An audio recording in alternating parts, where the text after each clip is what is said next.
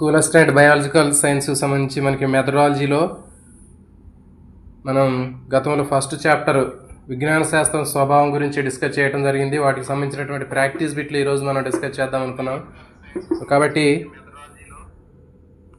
ఈరోజు ప్రాక్టీస్ బిట్లు ఇప్పుడు గతంలో చెప్పుకున్నటువంటి ఈ చాప్టర్కి సంబంధించినటువంటి కొన్ని ముఖ్యమైనటువంటి ప్రాక్టీస్ బిట్స్ అంటే టెక్స్ట్ బుక్ని బేస్ చేసి తయారు చేసినటువంటి కొన్ని ప్రాక్టీస్ బిట్స్ అనేవి ఇక్కడ మనం డిస్కషన్ చేసేటటువంటి ప్రయత్నం అయితే చేద్దామండి. సో దీనికి ఫస్ట్ బిట్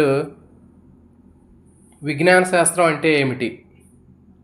విజ్ఞాన శాస్త్రం అంటే ఏమిటి? దీనికి 4 ఆప్షన్స్. ఆప్షన్ ఏ సూత్రాలు సిద్ధాంతాల సమాహారము, ఆప్షన్ బి అన్వేషణ, ఆప్షన్ సి జ్ఞాన భండాగారము, ఆప్షన్ డి పైవన్నీ.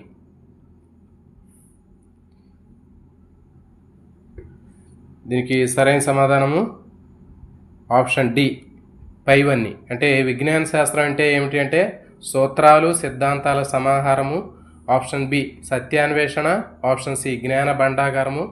సో ఇవన్నీ వస్తాయండి విజ్ఞాన శాస్త్రం అంటే. Next question number 2. విత్తనాలు నీటిలో వేస్తే మునుగుతాయా తేలుతాయా అనే ప్రయోగంలో మొదటి దశ ఏమిటి? విత్తనాలు నీటిలో వేస్తే మునుగుతాయా తేలుతాయా అనేటటువంటి ప్రయోగంలో మొదటి దశ ఏమిటి? ఆప్షన్ ఏ పరికల్పన, ఆప్షన్ బి ప్రయోగము, ఆప్షన్ సి పరిశీలన, ఆప్షన్ డి నిర్ధారణ.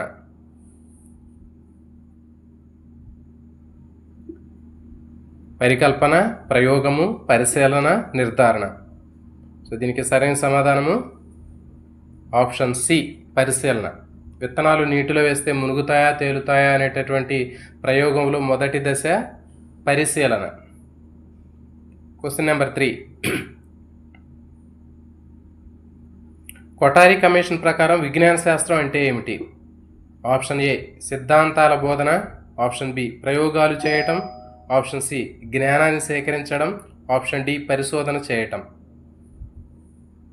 కొఠారి కమిషన్ ప్రకారం విజ్ఞాన శాస్త్రం అంటే ఏమిటి అంటే సిద్ధాంతాల బోధన, ప్రయోగాలు చేయడము, జ్ఞానాన్ని సేకరించడము, పరిశోధన చేయడము.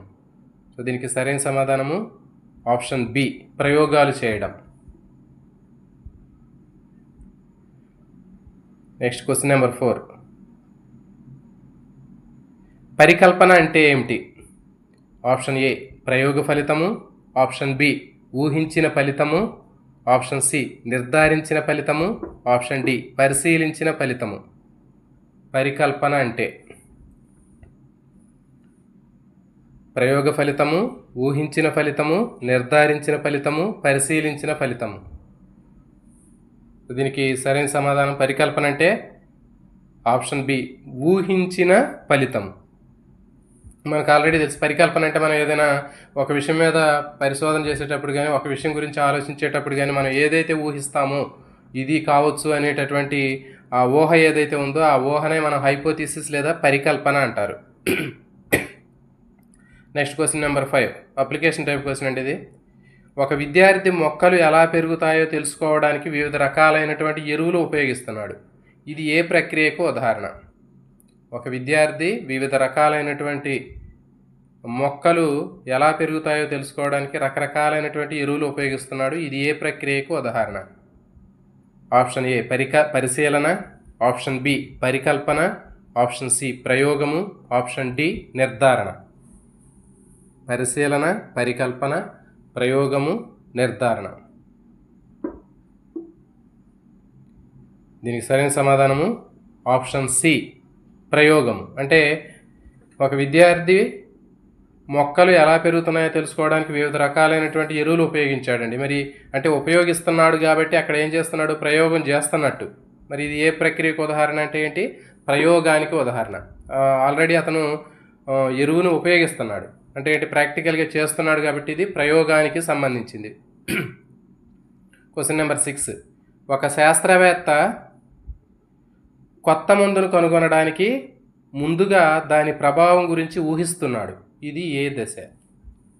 ఒక శాస్త్రవేత్త కొత్త మందును కనుగొనడానికి ముందుగా దాని ప్రభావాన్ని గురించి ఊహిస్తున్నాడు. ఇది ఏ దశ? పరిశీలన, పరికల్పన, ప్రయోగము, నిర్ధారణ.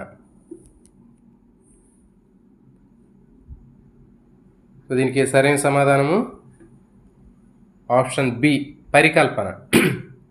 అంటే ఒక కొత్త మందు కనుగొనడానికంటే ముందు దాని యొక్క ప్రభావం గురించి ఊహిస్తున్నాడు. అంటే ఇది పనిచేస్తుందా లేదా, ఏ విధంగా పనిచేసిద్ది అని దాని గురించి ముందుగానే ఊహిస్తున్నాడు. మరి ముందుగా ఊహించటం అనేటటువంటిది ఏంటి అంటే హైపోథీసిస్, అంటే పరికల్పన. సో కాబట్టి దీనికి సరైన సమాధానము ఆప్షన్ బి, పరికల్పన. Question number 7. ఒక విద్యార్థి ఒక వస్తువు వేడి చేస్తే వ్యాకోచిస్తుంది అని తెలుసుకున్నాడు. ఇది విజ్ఞాన శాస్త్రంలో ఏ ప్రక్రియ? ఒక విద్యార్థి ఒక వస్తువు వేడి చేస్తే వ్యాకోచిస్తుందని తెలుసుకున్నాడు. మరి ఇది విజ్ఞాన శాస్త్రంలో ఏ ప్రక్రియ? పరిశీలన, పరికల్పన, ప్రయోగము, నిర్ధారణ. పరిశీలన, పరికల్పన, ప్రయోగము, నిర్ధారణ. దీనికి సరైన సమాధానము ఆప్షన్ డి, నిర్ధారణ. అంటే చూడండి, ఒక విద్యార్థి ఒక వస్తువును వేడి చేస్తే వ్యాకోచిస్తుందని తెలుసుకున్నాడు ఆల్రెడీ. అంటే ప్రయోగం చేయటం ద్వారా తెలుసుకున్నాడు కాబట్టి మరి అక్కడ ఏమైంది అంటే నిర్ధారణ చేశాడు అతను. కాబట్టి ఇది ఆప్షన్ డి, నిర్ధారణ. నెక్స్ట్ నెగిటివ్ క్వశ్చన్ అండి. విజ్ఞాన శాస్త్రం గురించి ఈ క్రింది వాటిలో ఏది తప్పు? అంటే ఇచ్చినటువంటి 4 స్టేట్మెంట్లో రాంగ్ స్టేట్మెంట్ని మనం ఇక్కడ ఐడెంటిఫికేషన్ చేయాలి.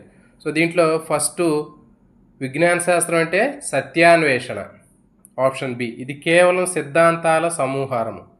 ఆప్షన్ సి, ఇది ప్రయోగాలు చేయటము. ఆప్షన్ డి, ఇది పరిశీలన చేయటం. అంటే విజ్ఞాన శాస్త్రానికి సంబంధించి రాంగ్ స్టేట్మెంట్ ఏంటి అంటే మనకి చెప్పాం. ఇక్కడ రాంగ్ స్టేట్మెంట్ అన్నప్పుడు మనం ఏం చేయాలంటే ప్రతి ఒక్కటి కూడా చెక్ చేసుకోవాలి. చూద్దాం. ఫస్ట్, ఇది సత్యాన్వేషణ. సో ఇది రైటే. నెక్స్ట్, ఇది కేవలం సిద్ధాంతాల సమూహారం. మరి విజ్ఞాన శాస్త్రం అంటే కేవలం ఏంటి? సిద్ధాంతాల సమూహారం కాదు కదా. సో కాబట్టి ఇది ఆల్రెడీ రాంగ్ స్టేట్మెంట్ అని మనకు అర్థమవుతుంది. నెక్స్ట్ ఆప్షన్ సి, ఇది ప్రయోగాలు చేయటం. కరెక్ట్, విజ్ఞాన శాస్త్రం అంటే ప్రయోగాలు చేయటమే కదా. నెక్స్ట్ ఆప్షన్ డి, ఇది పరిశీలన చేయటం. మరి విజ్ఞాన శాస్త్రం అంటే పరిశీలన చేయటం కూడా వస్తుంది. So option B is wrong statement. ఇది కేవలం సిద్ధాంతాల సమూహారం అనేది విజ్ఞాన శాస్త్రానికి సంబంధించినటువంటి wrong statement. Next question number 9. విత్తనాలు నీటిలో వేస్తే మునుగుతాయా తేలుతాయా అనే ప్రయోగంలో ఈ క్రింది వాటిలో ఏది మొదటి దశ? విత్తనాలు నీటిలో మునుగుతాయా తేలుతాయా అనేటటువంటి ప్రయోగంలో మొదటి దశ ఏది? ఆప్షన్ ఏ పరిశీలన, ఆప్షన్ బి పరికల్పన, ఆప్షన్ సి ప్రయోగము, ఆప్షన్ డి నిర్ధారణ. విత్తనాలు నీటిలో వేస్తే మునుగుతాయా తేలుతాయా అనే ప్రయోగంలో ఏది మొదటి దశ? పరిశీలన, ఆప్షన్ బి పరికల్పన, ఆప్షన్ సి ప్రయోగము, ఆప్షన్ డి నిర్ధారణ.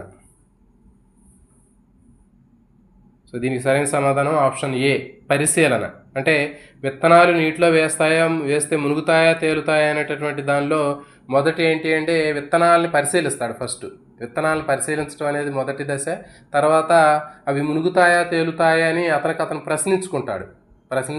దాని తర్వాత పరికల్పన చేస్తాడు, ఇవి మునుగుతాయి లేకపోతే తేలుతాయి అని. సో కాబట్టి మనకి మొదటి దశ పరిశీలన. Next question number 10. Kothari commission ప్రకారం విజ్ఞాన శాస్త్రం కానిది ఏది? కొఠారి కమిషన్ ప్రకారం విజ్ఞాన శాస్త్రము కానిది ఏది? ప్రయోగాలు చేయటము, ఆప్షన్ బి పరిశోధన చేయటము, ఆప్షన్ సి పుస్తకాలు చదవడము, ఆప్షన్ డి సత్యాన్వేషణ. కొఠారి కమిషన్ ప్రకారం విజ్ఞాన శాస్త్రానికి సంబంధించి కానిది ఏది? ఎక్స్పెరిమెంట్లు చేయటం, ఇన్వెస్టిగేషన్ చేయటం, బుక్ రీడింగ్, తర్వాత సత్యాన్వేషణ. సో దీంట్లో సరైన సమాధానము కానిది అని అన్నాడు కాబట్టి ఆప్షన్ సి పుస్తకాలు చదవటం అనేది విజ్ఞాన శాస్త్రానికి సంబంధించింది కాదు. మిగిలినటువంటివన్నీ కూడా మనకి విజ్ఞాన శాస్త్రానికి సంబంధించినవే. అంటే ప్రయోగాలు చేయటం అనేది విజ్ఞాన శాస్త్రానికి సంబంధించింది, పరిశోధనలు చేయటం అనేది దానికి సంబంధించింది, సత్యాన్వేషణ అనేది కూడా విజ్ఞాన శాస్త్రానికి సంబంధించింది. సో కాబట్టి దీంట్లో విజ్ఞాన శాస్త్రానికి సంబంధించి కానటువంటిది ఏది అంటే పుస్తకాలు చదవటం. Next question number 11. సైన్స్ అనే పదము ఏ లాటిన్ పదం నుంచి వచ్చింది? సైన్స్ అనేటటువంటి పదము ఏ లాటిన్ పదం నుంచి వచ్చింది? సైంటియా, ఆప్షన్ బి సైంటిఫికా, ఆప్షన్ సి సైన్షియా, ఆప్షన్ డి సైంటిఫిక్. సైన్స్ అనేటటువంటి పదము ఏ లాటిన్ పదం నుంచి వచ్చింది?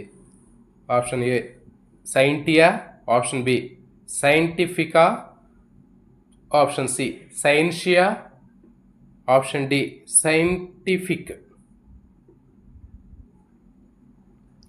ఓకే, రైట్ ఆన్సర్ అండి ఆప్షన్ సి సైన్షియా ఈజ్ రైట్ ఆన్సర్. అంటే సైన్స్ అనేటటువంటి పదము సైన్షియా అనేటటువంటి లాటిన్ పదం నుంచి రావటం జరిగింది. Next question number 12. సైన్షియా అంటే ఏమిటి? సైన్షియా అంటే ఏమిటి?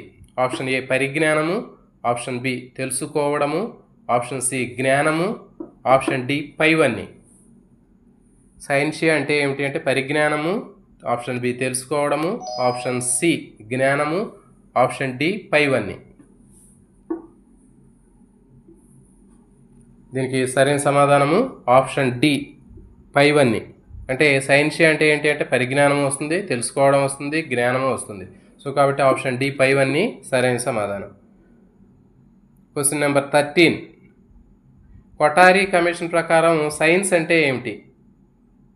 ఆప్షన్ ఏ సత్యాన్వేషణ, ఆప్షన్ బి చేయటం, ఆప్షన్ సి ప్రక్రియ ప్లస్ ఉత్పత్తి, ఆప్షన్ డి జ్ఞానము. కొఠారి కమిషన్ ప్రకారం సైన్స్ అంటే ఏమిటి? సత్యాన్వేషణ, ఆప్షన్ బి చేయటము, ఆప్షన్ సి ప్రక్రియ ప్లస్ ఉత్పత్తి, ఆప్షన్ డి జ్ఞానము. ఓకే, రైట్ ఆన్సర్ అండి ఆప్షన్ బి చేయటం. Science is nothing but doing అని చెప్పాము. అంటే ఏంటి సైన్స్ అంటే ఏంటి? చేయటం అనేది సైన్స్ అని మనకి కొఠారి గారు చెప్పడం జరిగింది. సో కాబట్టి option B is right answer, doing. Question number 14. శాస్త్రీయ ప్రక్రియ నైపుణ్యాలలో మొదటిది ఏది? శాస్త్రీయ ప్రక్రియ నైపుణ్యాల్లో మొదటిది ఏది? పరికల్పన, ఆప్షన్ బి పరిశీలన, ఆప్షన్ సి ప్రయోగము, ఆప్షన్ డి నిర్ధారణ. శాస్త్రీయ ప్రక్రియ నైపుణ్యాల్లో మొదటిది ఏది? పరిశీలన, ఆప్షన్ ఏ పరికల్పన, ఆప్షన్ బి పరిశీలన, ఆప్షన్ సి ప్రయోగము, ఆప్షన్ డి నిర్ధారణ. దీనికి సరైన సమాధానము ఆప్షన్ బి పరిశీలన. చెప్పాం కదా మన శాస్త్రీయ ప్రక్రియ నైపుణ్యాల్లో మొదటిది ఏంటంటే పరిశీలన. నెక్స్ట్ అప్లికేషన్ టైప్ క్వశ్చన్ అండి. ఒక విద్యార్థి ఆకాశంలో నక్షత్రాలు కదులుతున్నాయని గమనించి వాటి కదలికలను నమోదు చేస్తున్నాడు. ఇది ఏ ప్రక్రియకు ఉదాహరణ? ఒక విద్యార్థి ఆకాశంలో నక్షత్రాలు కదులుతున్నాయని గమనించి వాటి కదలికను నమోదు చేసుకున్నాడు. ఇది ఏ ప్రక్రియకు ఉదాహరణ? పరికల్పన, పరిశీలన, ప్రయోగము, నిర్ధారణ. పరికల్పన, పరిశీలన, ప్రయోగము, నిర్ధారణ. దీనికి సరైన సమాధానము ఆప్షన్ బి పరిశీలన. అంటే ఏంటి? విద్యార్థి ఆకాశం వైపు చూశాడు. మరి ఆకాశం వైపు చూసి అక్కడ కదులుతున్నటువంటి నక్షత్రాలని పరిశీలించాడు. ఓకే, పరిశీలించి మరి వాటి కదలికను నమోదు చేసుకున్నాడు కాబట్టి అదేంటి అంటే పరిశీలన. ఆప్షన్ బి పరిశీలన రైట్ ఆన్సర్. Question number 16. ఒక శాస్త్రవేత్త కొత్త రకం బ్యాటరీని తయారు చేయడానికి ముందుగా దాని పనితీరును గురించి ఊహిస్తున్నాడు. ఇది ఏ దశ? ఆప్షన్ ఏ పరిశీలన, ఆప్షన్ బి పరికల్పన, ఆప్షన్ సి ప్రయోగము, ఆప్షన్ డి నిర్ధారణ. ఒక శాస్త్రవేత్త కొత్త రకం బ్యాటరీ తయారు చేయడానికి ముందు దాని పనితీరును గురించి ఊహిస్తున్నాడు. ఇది ఎలా పనిచేస్తుంది ఏంటి అని ముందుగా ఊహించాడు. మరి అట్లా ఊహించడం అనేటటువంటిది ఏంటి? పరిశీలన కిందకు వస్తుందా, పరికల్పన కిందకు వస్తుందా, ప్రయోగమా, నిర్ధారణ? సో దీనికి సరైన సమాధానము ఆప్షన్ బి పరికల్పన. పరికల్పన అనేది అంటే ముందుగానే అతను ఊహిస్తున్నాడు. అంటే బ్యాటరీ తయారు చేయడానికంటే ముందే అతను ఊహిస్తున్నాడు. అంటే ఈ బ్యాటరీ తయారు చేస్తుంది ఎట్లా వర్కింగ్ అవుతుంది, పనిచేస్తుందా లేదా అనేటటువంటి దాని గురించి ముందుగానే ఊహిస్తున్నాడు కాబట్టి అది పరికల్పన చేయటం. Question number 17. ఒక విద్యార్థి వివిధ రకాల నేలల్లో మొక్కలు ఎలా పెరుగుతాయో తెలుసుకోవడానికి ప్రయోగాలు చేస్తున్నాడు. ఇది ఏ ప్రక్రియ? ఒక విద్యార్థి వివిధ రకాలైనటువంటి నేలల్లో మొక్కలు ఎలా పెరుగుతాయో తెలుసుకోవడానికి ప్రయోగాలు చేస్తున్నాడు. ఇది ఏ ప్రక్రియ? పరిశీలన, ఆప్షన్ బి పరికల్పన, ఆప్షన్ సి ప్రయోగము, ఆప్షన్ డి నిర్ధారణ. ఒక విద్యార్థి వివిధ రకాలైనటువంటి నేలల్లో మొక్కలు ఎలా పెరుగుతున్నాయో తెలుసుకోవడానికి ప్రయోగాలు చేస్తున్నాడు. అంటే ఆల్రెడీ చేస్తున్నాడు ప్రయోగాలు. ఏ రకమైనటువంటి నేలల్లో మొక్కలు ఎలా పెరుగుతాయి అని తెలుసుకోవడం కోసం అతను ప్రాక్టికల్గా వివిధ రకాలైనటువంటి నేలల్లో వివిధ రకాలైనటువంటి మొక్కల్ని వేసి పెంచుతున్నాడు. సో మరి ఆ చేసేటటువంటి ప్రాసెస్ అనేది ఏంటి?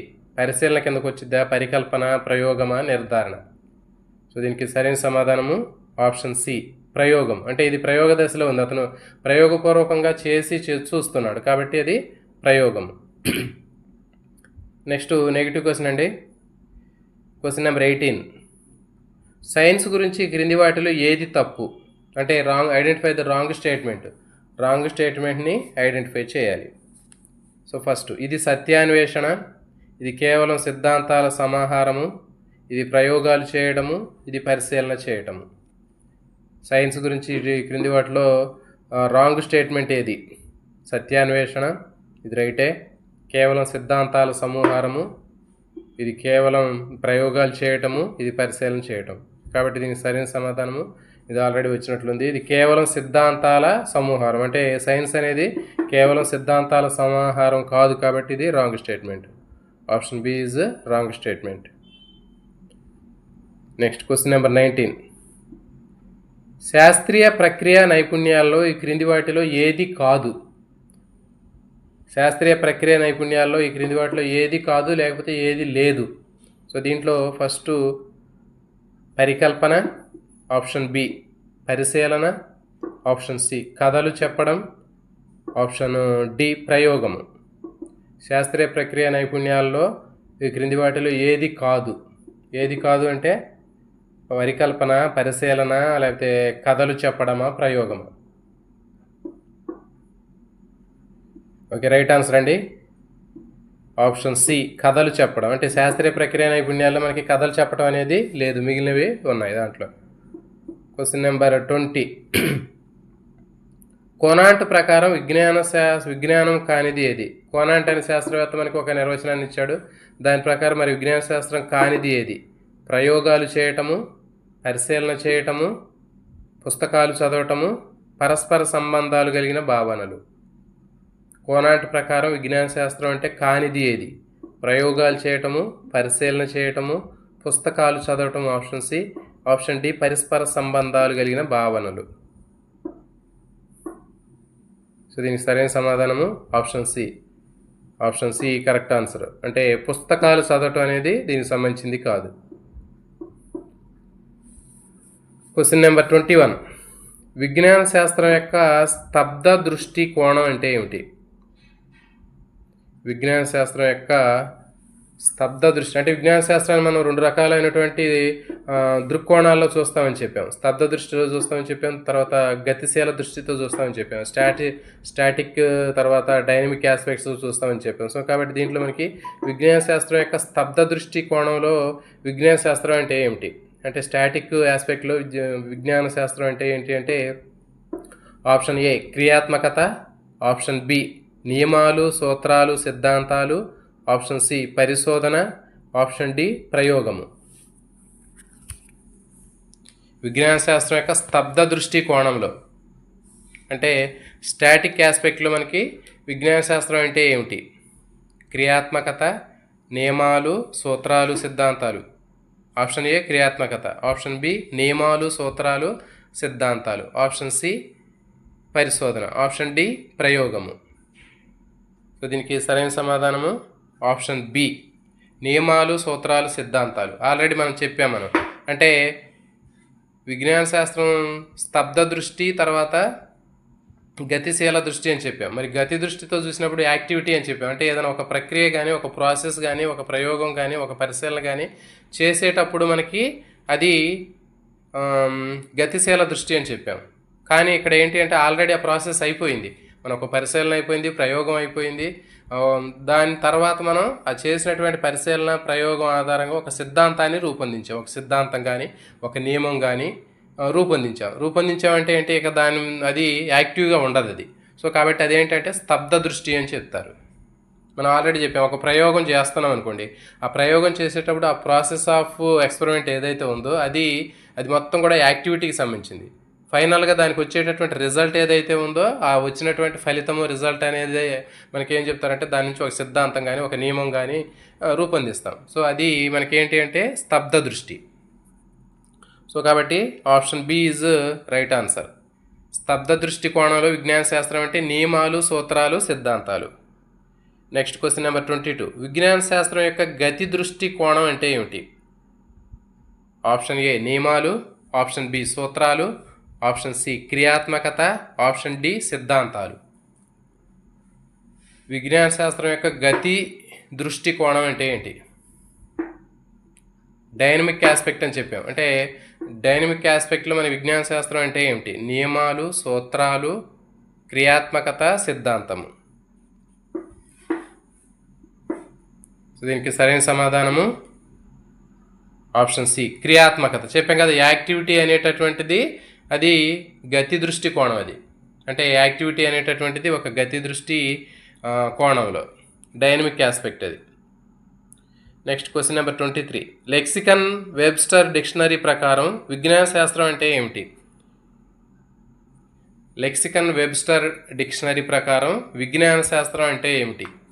ఆప్షన్ ఏ పరిశోధనా విధానము, ఆప్షన్ బి జ్ఞానరాశి, ఆప్షన్ సి స్పష్టమైన పరిశీలన ద్వారా ఏర్పడే జ్ఞానము, ఆప్షన్ డి సత్యాల సమాహారము. లెక్సికన్ వెబ్స్టర్ డిక్షనరీ ప్రకారం విజ్ఞాన శాస్త్రం అంటే ఏమిటి? పరిశోధనా విధానము, ఆప్షన్ బి జ్ఞానరాశి, ఆప్షన్ సి స్పష్టమైన పరిశీలన ద్వారా ఏర్పడే జ్ఞానము, ఆప్షన్ డి సత్యాల సమూహారము. దీనికి సరైన సమాధానము ఆప్షన్ సి స్పష్టమైన పరిశీలన ద్వారా ఏర్పడే జ్ఞానము. స్పష్టమైన పరిశీలన ద్వారా ఏర్పడే జ్ఞానాన్ని విజ్ఞాన శాస్త్రం అంటారని లెక్సికన్ వెబ్స్టర్ డిక్షనరీ ప్రకటించింది. Question number 24. ఐన్స్టీన్ ప్రకారం విజ్ఞాన శాస్త్రం అంటే ఏమిటి? ఐన్స్టీన్ ప్రకారం విజ్ఞాన శాస్త్రం అంటే ఏమిటి? ఆప్షన్ ఏ పరిశోధన విధానము, ఆప్షన్ బి జ్ఞానరాశి, ఆప్షన్ సి స్పష్టమైన పరిశీలన ద్వారా ఏర్పడే జ్ఞానము, ఆప్షన్ డి సత్యాల సమాహారము. ఐన్స్టీన్ ప్రకారం విజ్ఞాన శాస్త్రం అంటే ఏమిటి?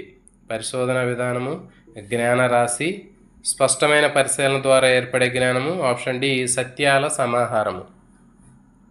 సో దీనికి సరైన సమాధానము జ్ఞానరాశి.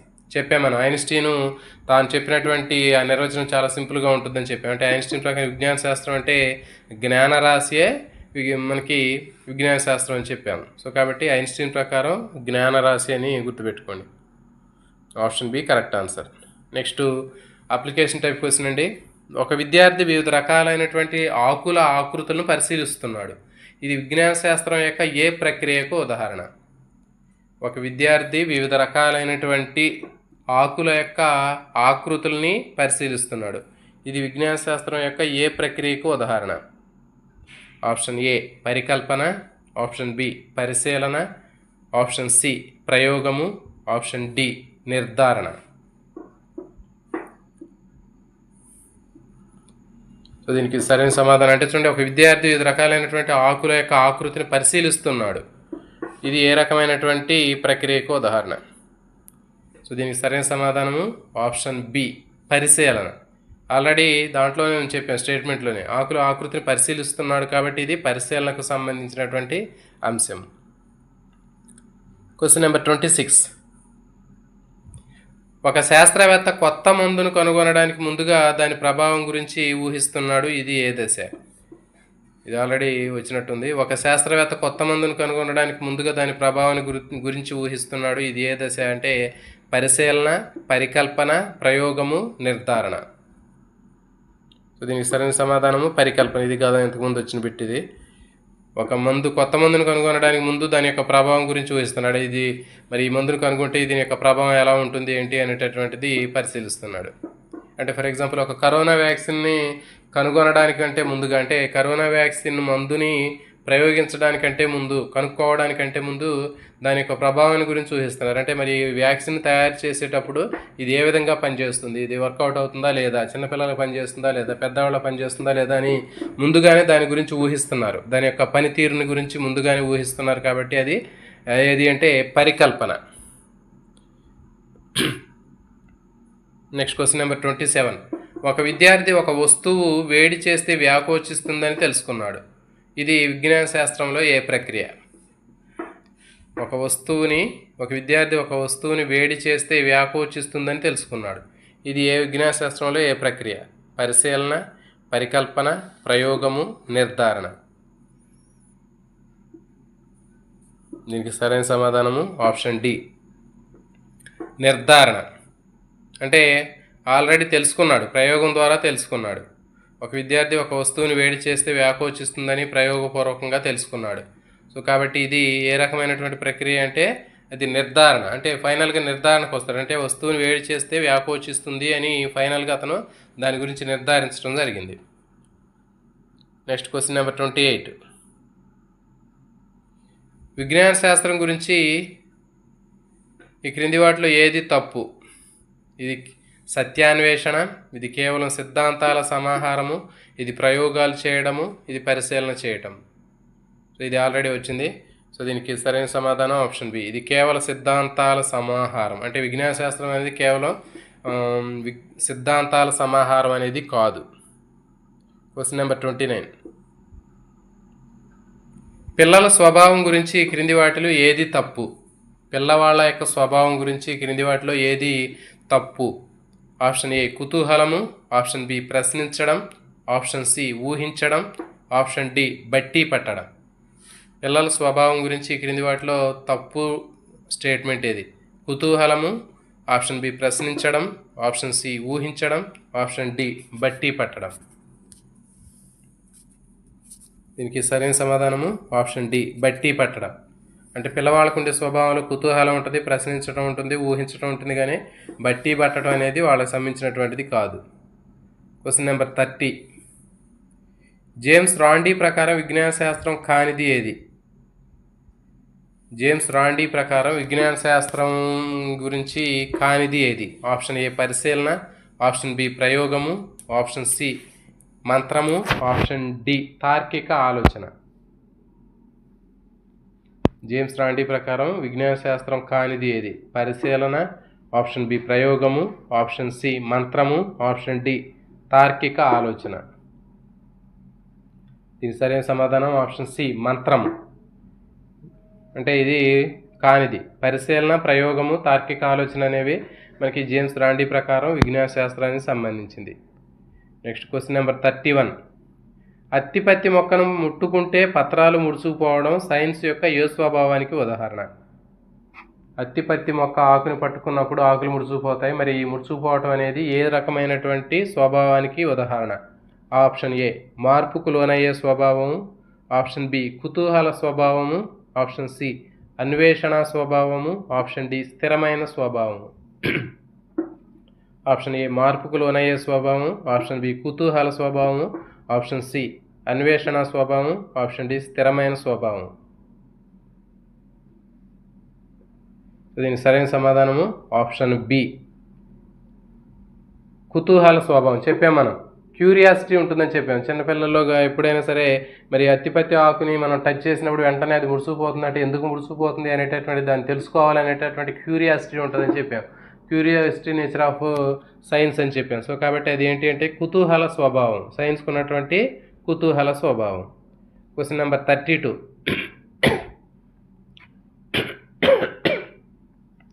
ఆంటోనీ వాన్ లీవెన్హాక్ సూక్ష్మజీవులను కనుగొనడం సైన్స్ యొక్క ఏ స్వభావానికి ఉదాహరణ? ఆంటోనీ వాన్ లీవెన్హాక్ సూక్ష్మజీవులను కనుక్కున్నాడు. మరి అతను కనుక్కోవటం అనేది ఏ రకమైనటువంటి సైన్స్ స్వభావానికి ఉదాహరణ? ఆప్షన్ ఏ మార్పుకు లోనయ్యే స్వభావము, ఆప్షన్ బి కుతూహల స్వభావము, ఆప్షన్ సి అన్వేషణ స్వభావము, ఆప్షన్ డి స్థిరమైన స్వభావము. ఆంటోనీ వాన్ లీవెన్హాక్ సూక్ష్మజీవులు కనుగొనడంలో సైన్స్ యొక్క ఏ స్వభావానికి ఉదాహరణ? ఆప్షన్ ఏ మార్పుకు లోనయ్యే స్వభావము, ఆప్షన్ బి కుతూహల స్వభావము, ఆప్షన్ సి అన్వేషణ స్వభావము, ఆప్షన్ డి స్థిరమైన స్వభావం. దీనికి సరైన సమాధానము ఆప్షన్ సి అన్వేషణాత్మక స్వభావం. చెప్పాం కదా మరి ఆంటోనీ వాన్ లీవెన్హాక్ తాను ఒక బట్టల వ్యాపారి అని చెప్పాం. మరి బట్టల వ్యాపారిగా ఉన్నటువంటి ఆంటోనీ వాన్ లీవెన్హాక్ తాను బట్టలు అమ్ముతూ ఉన్నప్పుడు దారిలో అంటే తన యొక్క వస్త్రాల యొక్క క్వాలిటీని చెక్ చేయడం కోసం తానే సొంతగా కొన్ని కటకాలను తయారు చేశాడని చెప్పాం, హ్యాండ్ లెన్స్లు. మరి ఆ తయారు చేసినటువంటి హ్యాండ్ లెన్స్ను ఉపయోగించి తాను ఏం చేశాడంటే తన దగ్గర ఉన్నటువంటి వస్త్రాల యొక్క క్వాలిటీని చెక్ చేయడానికి ఆ లెన్స్ను ఉపయోగించాడు.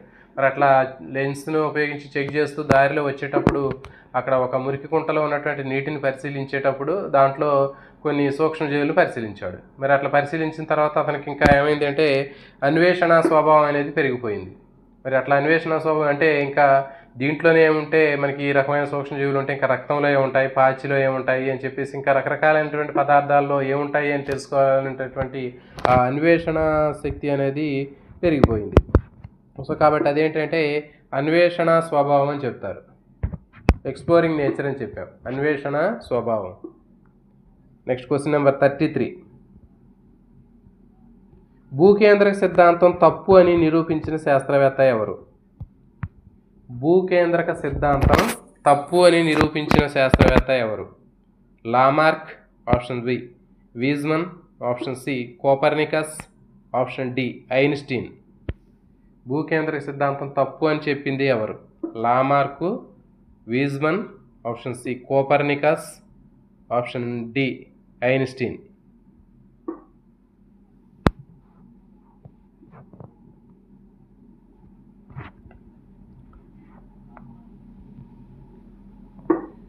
దీనికి సరైన సమాధానం ఆప్షన్ సి. కోపర్నికస్. భూకేంద్రక సిద్ధాంతం తప్పు అని చెప్పింది కోపర్నికస్ అండి. అంటే చూడండి, మరి ఫస్ట్ భూకేంద్రక సిద్ధాంతాన్ని నమ్మారు. అంటే భూకేంద్రక సిద్ధాంతం ప్రకారం భూమి కేంద్రంగా ఉంటుంది, సూర్యుడు భూమి చుట్టూ తిరుగుతుంటాడు అని చెప్పాము.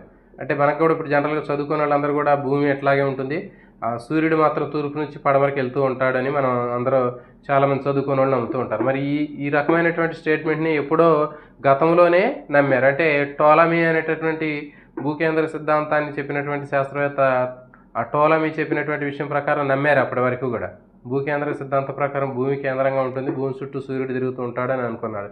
కానీ తర్వాత కోపర్నికస్ ఏం చెప్పాడంటే ఆ భూకేంద్ర సిద్ధాంతం ఏదైతే ఉందో దాన్ని తప్పు అని చెప్పాడు. అంటే ఏమేం చెప్పాడంటే సూర్యకేంద్ర సిద్ధాంతం ప్రకారం సూర్యుడు కేంద్రంగా ఉంటాడు, సూర్యుడి చుట్టూ భూమి, తర్వాత ఉపగ్రహాలు, గ్రహాలు ఇవన్నీ తిరుగుతూ ఉంటాయి అనేటటువంటి ఆ స్టేట్మెంట్ని చెప్పడం జరిగింది. సో కాబట్టి భూకేంద్ర సిద్ధాంతం తప్పు అని చెప్పింది కోపర్నికస్. Question number 34. సైన్స్ యొక్క మార్పుకు లోనయ్యే స్వభావం గురించి ఎవరు చెప్పారు? సైన్స్ యొక్క మార్పుకు లోనయ్యే స్వభావం గురించి ఎవరు చెప్పారు? Lamarck, Weismann, Swami Vivekananda, Antony van లీవెన్హాక్.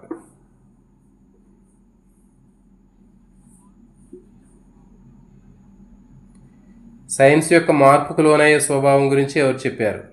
Lamarck, Weismann, Swami Vivekananda, Antony van లీవెన్హాక్. So దీనికి సరైన సమాధానం ఆప్షన్ సి. స్వామి వివేకానంద. అంటే స్వామి వివేకానంద ఒక స్టేట్మెంట్ చెప్పాడు ఏంటంటే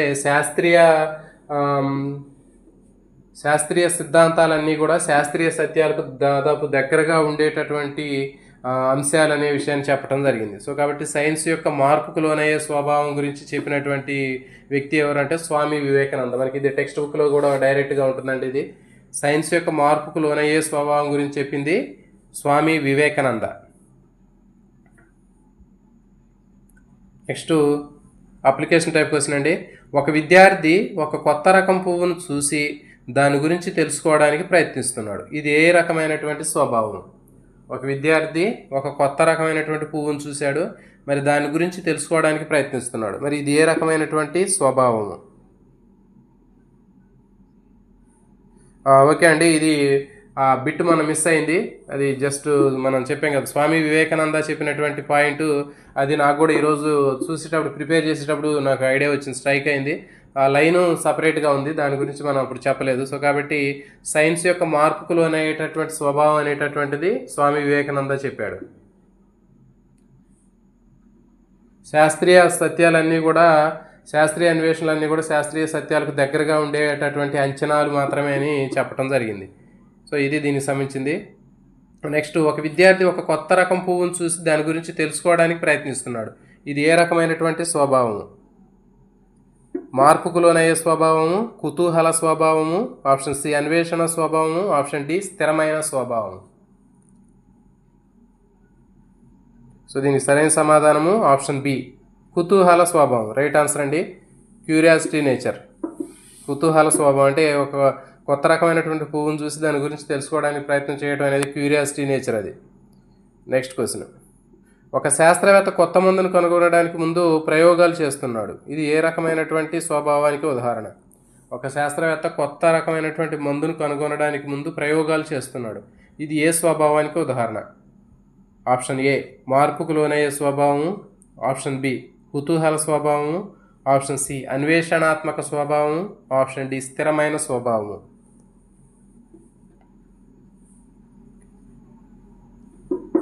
ఒక శాస్త్రవేత్త కొత్త మందును కనుగొనడానికంటే ముందు వివిధ ప్రయోగాలు చేస్తున్నాడు. మరి ఏ స్వభావానికి ఉదాహరణ? మార్పుకు లోనయ్యే స్వభావము, ఆప్షన్ బి కుతూహల స్వభావము, ఆప్షన్ సి అన్వేషణ స్వభావము, ఆప్షన్ డి స్థిరమైన స్వభావం. దీనికి సరైన సమాధానం ఆప్షన్ సి అన్వేషణాత్మక స్వభావం. చూడండి, మరి ఒక శాస్త్రవేత్త కొత్త మందును కనుగొనడానికి ముందు వివిధ రకాలైనటువంటి ప్రయోగాలు చేయటం అనేది అన్వేషణ స్వభావానికి ఉదాహరణ. Next question number 37. ఒక శాస్త్రవేత్త ఒక సిద్ధాంతాన్ని మార్చి కొత్త సిద్ధాంతాన్ని ప్రతిపాదించాడు. ఇది ఏ స్వభావానికి ఉదాహరణ? మార్పుకు లోనయ్యే స్వభావము, కుతూహల స్వభావము, అన్వేషణాత్మక స్వభావము, స్థిరమైన స్వభావము. ఒక శాస్త్రవేత్త ఒక సిద్ధాంతాన్ని మార్చి కొత్త సిద్ధాంతాన్ని ప్రతిపాదించాడు. మరి ఇది ఏ స్వభావానికి ఉదాహరణ? మార్పుకు లోనయ్యే స్వభావము, కుతూహల స్వభావము, అన్వేషణ స్వభావము, స్థిరమైన స్వభావం. సో దీనికి ఆప్షన్ ఏ మార్పుకు లోనయ్యే స్వభావం. అంటే ఒక శాస్త్రవేత్త ఒక సిద్ధాంతాన్ని చెప్పిన తర్వాత ఆ సిద్ధాంతం అనేది ఎప్పటికీ కూడా శాశ్వతంగా ఉండదు. మరి ఆ సిద్ధాంతాన్ని మళ్ళీ మార్పులు చేర్పులు చేసేటటువంటి అవకాశం కూడా ఉంటుంది. కాబట్టి ఒక శాస్త్రవేత్త చెప్పినటువంటి సిద్ధాంతాన్ని మార్చి మళ్ళీ ఒక సిద్ధాంతాన్ని కూడా రూపొందించవచ్చు. ఆల్రెడీ మనం చెప్పాము, లామార్క్ ఆర్జిత గుణాల అనువంశికత సూత్రం చెప్పిన తర్వాత వీజ్మన్ దాన్ని తప్పు అని కొట్టివేయడం జరిగింది. సో కాబట్టి ఒక సిద్ధాంతాన్ని రూపొందించిన తర్వాత దాన్ని మార్చి మళ్ళీ కొత్త సిద్ధాంతాన్ని కూడా రూపొందించవచ్చు. కాబట్టి సైన్స్ అనేది మార్పుకు లోనయ్యేటటువంటి స్వభావాన్ని కలిగి ఉంటుంది. నెక్స్ట్ నెగిటివ్ క్వశ్చన్ అండి. సైన్స్ గురించి క్రింది వాటిలో ఏది తప్పు? సైన్స్ గురించి క్రింది వాటిలో ఏది తప్పు? Wrong statement. Identify the wrong statement అండి. ఇది కుతూహల స్వభావాన్ని కలిగి ఉంటుంది. ఆప్షన్ బి ఇది అన్వేషణాత్మక స్వభావాన్ని కలిగి ఉంటుంది. ఆప్షన్ సి ఇది మార్పుకు లోనయ్యే స్వభావాన్ని కలిగి ఉంటుంది. ఆప్షన్ డి ఇది స్థిరమైన స్వభావాన్ని కలిగి ఉంటుంది. సైన్స్ గురించి క్రింది వాటిలో ఏది తప్పు అంటే కుతూహల స్వభావాన్ని కలిగి ఉంటుంది, అన్వేషణ స్వభావాన్ని కలిగి ఉంటుంది, మార్పుకు లోనయ్యే స్వభావాన్ని కలిగి ఉంటుంది, స్థిరమైన స్వభావాన్ని కలిగి ఉంటుంది. ఓకే, రైట్ ఆన్సర్ అండి ఆప్షన్ డి. ఇది స్థిరమైన స్వభావాన్ని కలిగి ఉంటుంది. అంటే విజ్ఞాన శాస్త్రం ఎప్పుడు కూడా స్థిరమైనటువంటి స్వభావాన్ని కలిగి ఉండదు. ఇది మార్పులకి లోన అయ్యేటటువంటి అవకాశం ఉంటుంది. Question number 39. భూకేంద్ర సిద్ధాంతం గురించి క్రింది వాటిలో ఏది తప్పు? భూకేంద్ర సిద్ధాంతం గురించి క్రింది వాటిలో ఏది తప్పు? ఆప్షన్ ఏ ఇది కోపర్నికస్ చేత ప్రతిపాదించబడింది. ఆప్షన్ బి ఇది భూమి చుట్టూ సూర్యుడు తిరుగుతుంటాడని చెప్పింది. ఆప్షన్ సి ఇది తప్పు అని నిరూపించబడింది. ఇది ఒకప్పుడు నమ్మబడింది. భూకేంద్రక సిద్ధాంతం గురించి ఈ క్రింది వాటిలో ఏది తప్పు? ఫస్ట్, కోపర్నికస్ ప్రతిపాదించాడు. ఆప్షన్ బి ఇది భూమి చుట్టూ సూర్యుడు తిరుగుతుందని చెబుతుంది. ఆప్షన్ సి ఇది తప్పు అని నిరూపించబడింది. ఆప్షన్ డి ఇది ఒకప్పుడు నమ్మబడింది. దీనికి సరైన సమాధానము ఆప్షన్ ఏ. దీనికి సరైన సమాధానము ఆప్షన్ ఏ.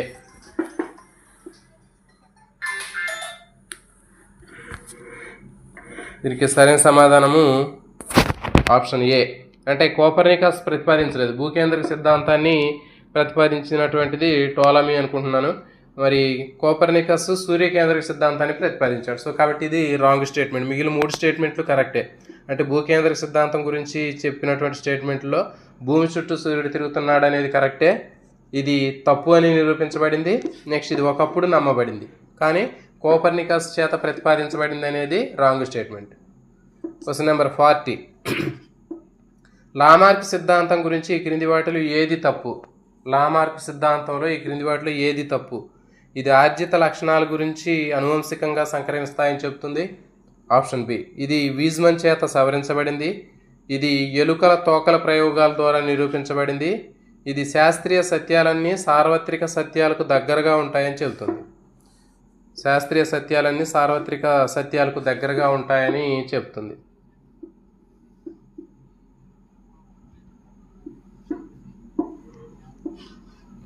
చూడండి, లామార్క్ సిద్ధాంతం గురించి క్రింది వాటిలో ఏది తప్పు?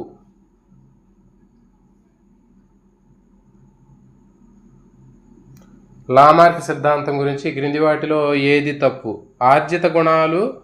ఆర్జిత లక్షణాలు అనువంశికంగా సంక్రమిస్తాయి అని చెప్తున్నాడు. ఆప్షన్ బి, ఇది విజ్మన్ చేత సవరించబడింది. ఆప్షన్ సి, ఇది ఎలుకల తోకల ప్రయోగాల ద్వారా నిరూపించబడింది. ఆప్షన్ డి, ఇది శాస్త్రీయ సత్యాలన్నీ సార్వత్రిక సత్యాలకు దగ్గరగా ఉంటాయి అని చెబుతుంది. సో దీంట్లో మరి రాంగ్ స్టేట్మెంట్ అన్నప్పుడు ఫస్ట్ స్టేట్మెంట్ చూద్దాం. ఇది ఆర్జిత లక్షణాలు అనువంశికంగా సంక్రమిస్తాయని చెప్తున్నాడు, ఇది రైటే. నెక్స్ట్ ఆప్షన్ బి, వీజ్మన్ చేత సవరించబడింది, ఇది కూడా కరెక్టే. మరి ఎలుకల తోకల ప్రయోగాల ద్వారా నిరూపించబడింది, ఇది కూడా రైటే. మరి రాంగ్ స్టేట్మెంట్ ఏంటంటే ఇది శాస్త్రీయ సత్యాలన్నీ సార్వత్రిక సత్యాలకు దగ్గరగా ఉంటాయి అని చెప్పారు. సో ఇది రాంగ్ స్టేట్మెంట్. కాబట్టి లామార్క్ సిద్ధాంతం గురించి ఇది చెప్పింది. ఆప్షన్ డి అనేది రాంగ్ అండి, మిగిలిన మూడు కరెక్టే.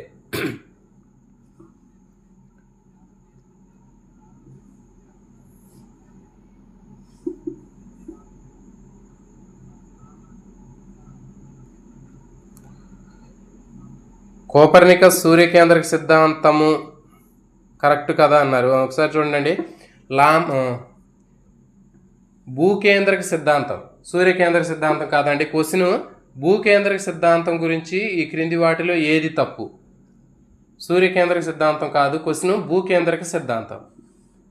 కాబట్టి మనకి ఇట్లా ఇచ్చేటటువంటి క్వశ్చన్లు చాలా జాగ్రత్తగా వినాలండి మనం.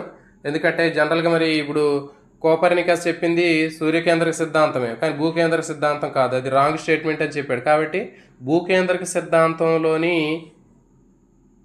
వాక్యాల్లో తప్పు ఏది అన్నాడు. ఓకే, సో మరి ఇది కోపర్నికస్ చేత ప్రతిపాదించబడింది అన్నాడు ఫస్ట్ స్టేట్మెంట్, కాబట్టి ఇది రాంగే కదా. కోపర్నికస్ చేత ప్రతిపాదించిన సూర్యకేంద్రక సిద్ధాంతం, సో కాబట్టి ఇది రాంగ్ స్టేట్మెంట్. ఇది భూమి చుట్టూ సూర్యుడు తిరుగుతున్నాడని చెప్తున్నాడు, ఇది కూడా కరెక్టే. ఇది తప్పు అని నిరూపించబడింది, ఇది కూడా రైటే. ఒకప్పుడు నమ్మబడింది, ఇది కూడా రైటే. కానీ దీంట్లో రాంగ్ స్టేట్మెంట్ అంటే ఇది కోపర్నికస్ చేత ప్రతిపాదించబడింది అనేది రాంగ్ స్టేట్మెంట్ అండి. ఒకవేళ క్వశ్చన్ ఇది సూర్యకేంద్రక సిద్ధాంతం గురించి అంటే ఇప్పుడు ఈ సెంటెన్స్ అనేది కరెక్ట్ అవుతుంది. ఓకే అండి. శశిరేఖ నాయుడు గారు, ఓకేనా, మీ డౌట్ క్లారిఫై అయిందండి. శశిరేఖ నాయుడు గారు మీరు ఒక క్వశ్చన్ ఇక్కడ అడిగారు. ఓకే, కాబట్టి దాని క్లారిఫికేషన్ మళ్ళీ ఒకసారి చెప్పాను. ఓకే అండి. నెక్స్ట్, లామార్క్ సిద్ధాంతాల్లో ఈ క్రింది వాటిలో ఏది తప్పు అంటే చెప్పే మనం ఆప్షన్ డి, శాస్త్రీయ సత్యాలన్నీ కూడా సార్వత్రిక సత్యాలకు దగ్గరగా ఉంటాయి అనేది రాంగ్ స్టేట్మెంట్. ఇది స్వామి వివేకానంద చెప్పినటువంటి ఆ స్టేట్మెంట్ దగ్గర ఉంటుందండి ఇది. నెక్స్ట్ క్వశ్చన్ నెంబర్ 41, సైన్స్ యొక్క సంచిత స్వభావం అంటే ఏమిటి? సైన్స్ యొక్క సంచిత స్వభావం అంటే ఏమిటి? ఆప్షన్ ఏ, కొత్త ఆవిష్కరణ చేయటము. ఆప్షన్ బి, జ్ఞానాన్ని కూడబెట్టడము. ఆప్షన్ సి, సమస్యలను పరిష్కరించటము. ఆప్షన్ డి, ప్రయోగాలు చేయటము. సైన్స్ యొక్క సంచిత స్వభావం అని చెప్పాము, క్యుములేటివ్ నేచర్ అని చెప్పాము. కొత్త ఆవిష్కరణలు చేయటము, జ్ఞానాన్ని కూడబెట్టడము, సమస్యలు పరిష్కరించడము, ప్రయోగాలు చేయటము.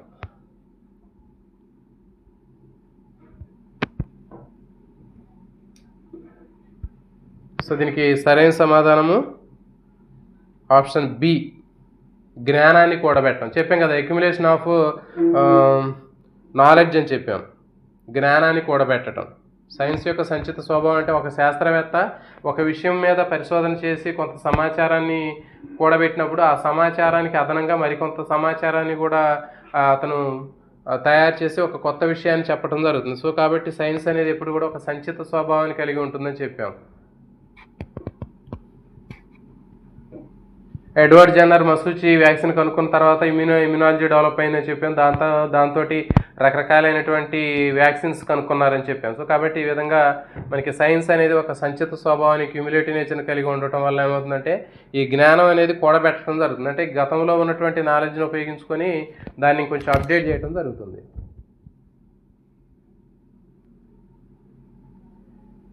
సంచిత అంటే ఎలాబరేట్ కదా సార్. సంచిత అంటే మనకి క్యుములేటివ్ అండి, క్యుములేటివ్ నాలెడ్జ్ అంటారు. మన గతంలో కూడా మనకి మ్యాథ్స్లో కూడా వస్తుంది, అంటే స్టాట్స్లో వస్తుంది. సంచిత పౌనపున్యం అంటారు, క్యుములేటివ్ ఫ్రీక్వెన్సీ అంటారు కదా. క్యుములేటివ్ సంచిత అంటే ఏంటి అంటే మొత్తం, అంటే ఫర్ ఎగ్జాంపుల్ 2, 4, 6 ఉన్నాయనుకోండి, 2, 4, 6, 6 తర్వాత 8 ఉన్నాయనుకోండి, అట్లా అవన్నీ కూడా ముందున్నటువంటి వాటిని మొత్తాన్ని కూడా కలిపి చెప్తాం, దాన్ని సంచిత అని చెప్తారు. సో ఆ పదాన్ని గుర్తుపెట్టుకోండి. వైష్ణవి గారు, సంచిత అంటే ఎలాబరేట్ కాదండి, సంచిత అంటే క్యుములేటివ్ అంటారు, అంటే గతంలో ఉన్నటువంటిది మొత్తం కూడా. సో ఫర్ ఎగ్జాంపుల్ ఇప్పుడు మనం చెప్పాం, కంప్యూటర్ ఉందనుకోండి, మొదటి తరం ఫస్ట్ జనరేషన్ కంప్యూటర్ కనిపెట్టిన తర్వాత దాని తర్వాత ఆ నాలెడ్జ్ని ఉపయోగించి మళ్ళీ సెకండ్ జనరేషన్ కంప్యూటర్ని కనిపెట్టారు. దాని తర్వాత మళ్ళీ థర్డ్ జనరేషన్ కంప్యూటర్, అంటే అంతకుముందు ఉన్నటువంటి నాలెడ్జ్ని బట్టి, దాని మీద ఉన్నటువంటి ఆ ఇన్ఫర్మేషన్ బట్టి మళ్ళీ కొత్తగా అదనంగా ఉన్నటువంటి సమాచారాన్ని ఉపయోగించి దాన్ని డెవలప్మెంట్ చేయడం జరిగింది. సో కాబట్టి సంచిత అంటే ఏంటి అంటే సైన్స్ యొక్క సంచిత స్వభావం అంటే జ్ఞానాన్ని కూడబెట్టడం. ఇప్పుడు మరి ఈ 5వ తరం జనరేషన్ తీసుకున్నట్లయితే అవి దాటిపోయాయి, ఇప్పుడు ఉన్నటువంటి అన్నీ కూడా సూపర్ ఫాస్ట్ కంప్యూటర్స్ అన్నీ కూడా రావడం జరిగింది. మరి ఇవన్నీ ఎట్లా అంటే గతంలో ఉన్నటువంటి ఆ కంప్యూటర్ తరాలకు సంబంధించినటువంటి సంచిత జ్ఞానం ఏదైతే ఉందో ఆ జ్ఞానాన్ని ఉపయోగించి మళ్ళీ ఇంకా అప్డేట్ చేస్తూ ఉంటారు. సో దాన్ని ఏమంటారంటే సంచిత స్వభావం అని చెప్తారు. ఓకే, నెక్స్ట్ క్వశ్చన్ అండి. Question number 42. మొదట జెర్మ్ థియరీ ఆఫ్ డిసీజెస్ను ప్రతిపాదించింది ఎవరు? జెర్మ్ థియరీ ఆఫ్ డిసీజెస్ ప్రతిపాదించింది ఎవరు? Edward Jenner, option B Louis Pasteur, option C Antonie van Leeuwenhoek, option D Copernicus. Germ theory of డిసీజెస్ని ప్రతిపాదించింది ఎవరు? Edward Jenner, Louis Pasteur, Antonie van Leeuwenhoek, Copernicus. So దీనికి సరైన సమాధానము ఆప్షన్ బి లూయి పాస్చర్. చెప్పాం కదా, లూయి పాస్చర్ అనేటటువంటి scientist germ థియరీని ప్రతిపాదించాడు. అంటే సూక్ష్మజీవులు వివిధ రకాలైనటువంటి పదార్థాల యొక్క స్వభావాన్ని చెడిపోయేటట్లు చేస్తూ ఉంటాయని చెప్పాడు. పాల స్వభావాన్ని నాశనం చేస్తూ ఉంటాయి, అంటే పాలు చెడిపోవడానికి కారణం ప్రధానంగా పాలలో ఉండేటటువంటి బ్యాక్టీరియా అని చెప్పాడు. సో మరి ఆ పాలను వేడి చేయడం ద్వారా ఆ పాలలో ఉన్నటువంటి బ్యాక్టీరియాని చంపొచ్చు అనేటటువంటి విషయాన్ని చెప్పి పాశ్చరైజేషన్ అనేటటువంటి టెక్నిక్ని చెప్పాడని చెప్పాము. తర్వాత దాంతోపాటు మనకి సర్జికల్ టూల్స్ ఏవైతే ఉన్నాయో ఆపరేషన్ చేసేటప్పుడు శస్త్రచికిత్సా విధానంలో కూడా సర్జికల్ టూల్స్ అన్నింటినీ కూడా బాయిల్ చేయడం వలన వాటికి ఉండేటటువంటి వివిధ రకాలైనటువంటి జెర్మ్స్ ఏవైతే ఉన్నాయో వ్యాధికారక సూక్ష్మజీవుల్ని నశింప చేయవచ్చు అనేటటువంటి విషయాన్ని అతను చెప్పడం జరిగింది. నెక్స్ట్, మశూచికి టీకాను ఎవరు కనుగొన్నారు? మశూచికి వ్యాక్సిన్ని ఎవరు కనుక్కున్నారు? Louis Pasteur, option B Antonie van Leeuwenhoek, option C Edward Jenner, option D Alexander Fleming. మశూచికి వ్యాక్సిన్ కనుక్కున్నది ఎవరు? సో దీనికి సరైన సమాధానము ఆప్షన్ సి ఎడ్వర్డ్ జెన్నర్. మశూచికి వ్యాక్సిన్ కనుక్కున్నది ఎడ్వర్డ్ జెన్నర్ అండి, right answer. Next question number 44. పెన్సిలిన్ని ఎవరు కనుక్కున్నారు? Louis Pasteur, Antonie van Leeuwenhoek, Edward Jenner, Alexander Fleming. పెన్సిలిన్ని ఎవరు కనుక్కున్నారు?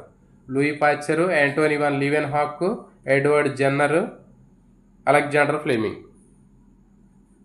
సో దీనికి సరైన సమాధానము ఆప్షన్ డి, పెన్సిలిన్ కనుక్కున్నది Alexander Fleming. Question next application type question అండి. ఒక శాస్త్రవేత్త ఒక కొత్త రకం వ్యాధికి టీకాను కనుగొనడానికి ప్రయత్నిస్తున్నాడు. ఇది సైన్స్ యొక్క ఏ స్వభావానికి సూచిస్తుంది?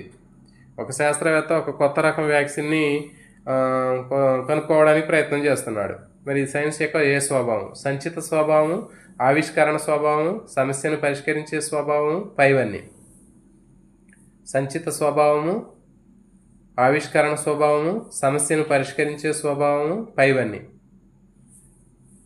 సో దీనికి సరైన సమాధానం ఆప్షన్ డి, పైవన్నీ. అన్నీ వస్తాయండి. ఎందుకంటే చూడండి, ఒక వ్యాధికి టీకాను వ్యాక్సిన్ కనుక్కోవడానికి అతను ప్రయత్నం చేశాడు కాబట్టి మరి అతను చేసేటటువంటి ప్రయత్నంలో సంచిత స్వభావం ఉంటుంది. అంటే గతంలో వ్యాక్సిన్ ఎట్లా కనుక్కున్నారు అనేటటువంటి నాలెడ్జ్ని ఉపయోగించాడు. మరి అతను ఒక ఆవిష్కరణ చేయడానికి ప్రయత్నం చేస్తున్నాడు, తర్వాత సమస్యను పరిష్కరిస్తున్నాడు. సో కాబట్టి ఇది సరైనటువంటి సమాధానం. పైవన్నీ కూడా ఆన్సర్ వస్తుంది. Next question number 46. ఒక విద్యార్థి వివిధ రకాల సూక్ష్మజీవులు పరిశీలించి వాటి గురించి తెలుసుకుంటున్నాడు. ఇది ఏ శాస్త్రానికి ఉదాహరణ?